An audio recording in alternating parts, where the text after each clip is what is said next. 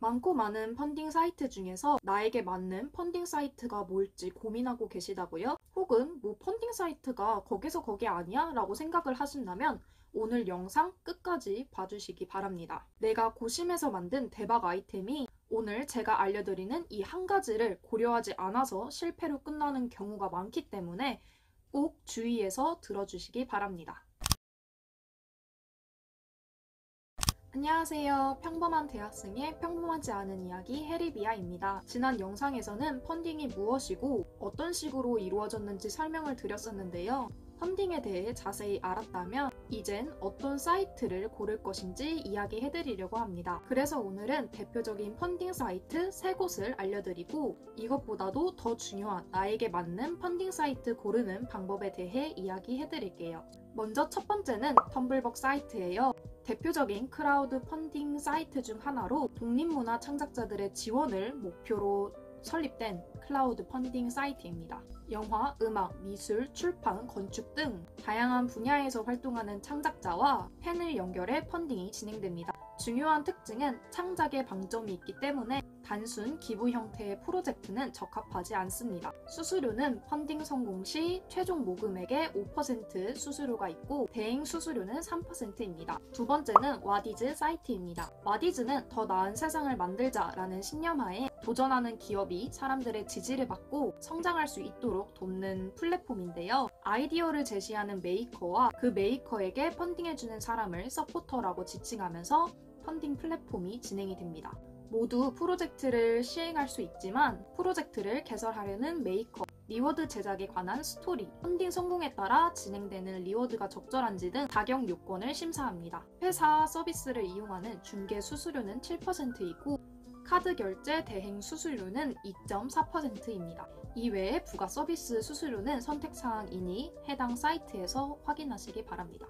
마지막 세 번째는 해피빈 사이트입니다. 해피빈은 일상의 작은 관심이 더 나은 세상을 만든다 라는 슬로건을 가지고 기부, 펀딩, 공익체험, CSR 캠페인을 한 사이트에서 이루어지는 특징을 보이고 있는데요. 그렇기에 사회 문제를 해결하려는 프로젝트, 창작자, 소셜 벤처의 상품, 공익적 가치가 있는 콘텐츠 연재 등 사회 공익 증진의 목적을 가진 프로젝트만 개설할 수 있습니다. 해피로그를 통해 단체 후원을 받을 수 있다는 특징도 가지고 있어요. 해피빈의 또 다른 서비스인 공감 펀딩은 사회 문제를 해결하기 위한 활동, 공익 창작 활동, 소셜 벤처 등 공익적 의미가 있는 일이라면 개인이든 단체든 누구든 펀딩을 진행하실 수 있습니다. 펀딩 수수료는 완전히 없고 몇몇 항목을 제외하고는 무료로 배송까지 서비스해주는 특징을 지니고 있습니다. 자, 여기까지 하고 영상을 끝냈다면 많은 분들이 이렇게 많고 많은 사이트들 중에서 도대체 나한테 맞는 사이트는 뭘까라고 고민을 하실 거예요. 실제로 오늘 제가 알려드린 사이트는 3곳이었지만 이외에 국내 후원형 클라우드 펀딩 사이트들은 15곳이 넘습니다. 그래서 나에게 맞는 펀딩 사이트를 고르는 가장 중요한 방법과 팁에 대해 한 가지 이야기해드릴게요.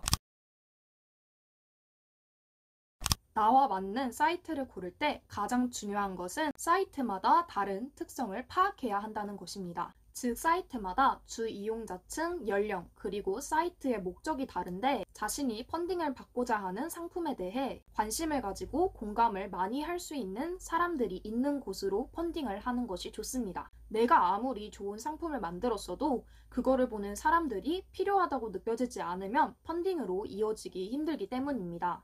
예를 들어 내가 아기 용품을 기획을 했다면 펀딩 사이트는 주 이용객이 40, 50대 이상 혹은 20대 미만인 것보다는 30대 여성들이 많은 사이트를 이용하는 게 좋습니다. 참고로 와디즈는 남성 고객 30대에서 50대가 가장 많고 텀블벅 같은 경우는 주로 여성 고객 20대에서 40대 이용자들이 가장 많습니다. 이런 주 타겟층의 연령대는 사이트에서 직접적으로 기재된 사항은 아니기 때문에 고객센터를 통해서 문의하거나 해당 사이트에 대한 뉴스 기사 혹은 게시물을 통해 확인하실 수 있습니다.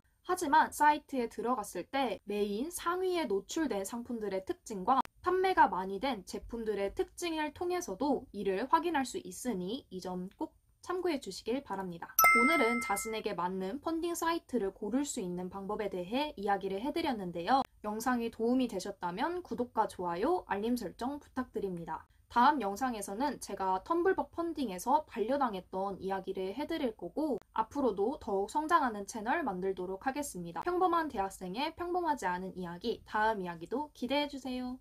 안녕.